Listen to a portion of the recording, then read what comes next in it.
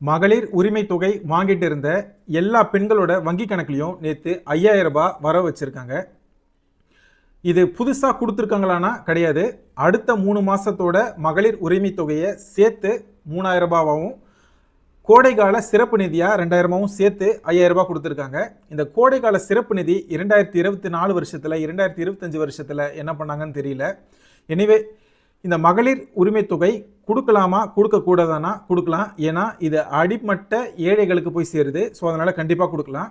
ஆனால் விஷயம் என்னென்னா இதை எப்படி கொடுக்குறோன்றது தான். இந்த உரிமை தொகையெல்லாம் எப்படி கொடுக்கணும்னா தமிழ்நாடோட மாநில அரசோட வருவாயை பெருக்கிட்டு அந்த வருவாயிலிருந்து மகளிர் உரிமை தொகை போன்ற ஸ்கீமை நம்ம கொடுக்கணும்.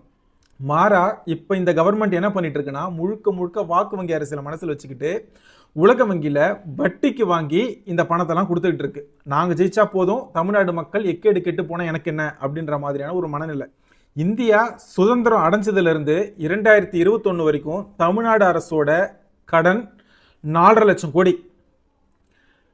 2021 2026 ஸ்டாலின் மாடல் அரசில் திமுக அரசில் வாங்கின கடன் 5.5 லட்சம் கோடி. இவ்வளவு கடன் வாங்கி விலைவாசியை கட்டுப்படுத்தினாங்களா? கிடையாது. உட்கட்டமைப்பை வலுப்படுத்தினாங்களா? கிடையாது.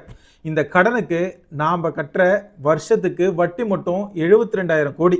இந்த 72,000 கோடியை வச்சு பல ஹாஸ்பிட்டல் கட்டலாம், ஸ்கூல் கட்டலாம், காலேஜ் கட்டலாம், ஃபேக்ட்ரி கட்டலாம், வேலை வாய்ப்பு இல்லாத இளைஞர்களுக்கு தொழில் பண்ணுறதுக்கு வட்டி இல்லாத கடன் கொடுக்கலாம். இந்த மாதிரி எவ்வளவோ பண்ணலாம். ஆனால் இது எதுவுமே பண்ணாமல் நிர்வாகமே இல்லாத இந்த அரசு நம்ம தலையில் 5 லட்சம் கோடி கடனை திணிச்சிருக்கு. வாக்கு வங்கியை மட்டுமே மனசில் வச்சுக்கிட்டு செயல்படுற இந்த ஸ்டாலின் மாடல் அரசினால தமிழ்நாடோட 41 டிபார்ட்மெண்ட் அதில் பாதாளத்தில் கிடக்குது. போதுமான டாக்டர்ஸ் கிடையாது கவர்மெண்ட் ஹாஸ்பிட்டல்ஸில், கவர்மெண்ட் ஸ்கூல்ஸில் போதுமான டீச்சர்ஸ் கிடையாது, கவர்மெண்ட் யூனிவர்சிட்டிஸில் ஸ்டாஃப்ஸ்க்கு சம்பளம் கொடுக்க முடியல, போலீஸ் டிபார்ட்மெண்ட்டில் வேகன்சிஸ் ஹியூஜாக இருக்குது. இந்த மாதிரியான நிறைய விஷயம் இருக்குது. இதனால் ஏற்படுற விளைவுலாம் ரொம்ப மோசம். இப்போ நடுராத்திரியில் ஆத்திர அவசரத்துக்கு ஒரு கவர்மெண்ட் ஹாஸ்பிட்டல் போகிறோம், அந்த ஹாஸ்பிட்டலில் டாக்டர் இருக்க மாட்டாங்க. ஏழை எளிய மக்கள்னால் கவர்மெண்ட் ஸ்கூலில் பசங்களை படிக்க அனுப்புவாங்க, கவர்மெண்ட் ஸ்கூலில் டீச்சர்ஸ் இருக்க மாட்டாங்க.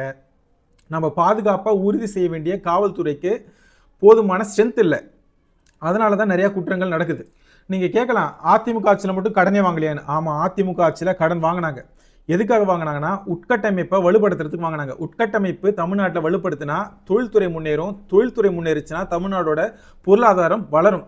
அடுத்து கொரோனா காலகட்டத்தில் வாங்கினாங்க. கொரோனா காலகட்டத்தில் எதுக்கு வாங்கினாங்க?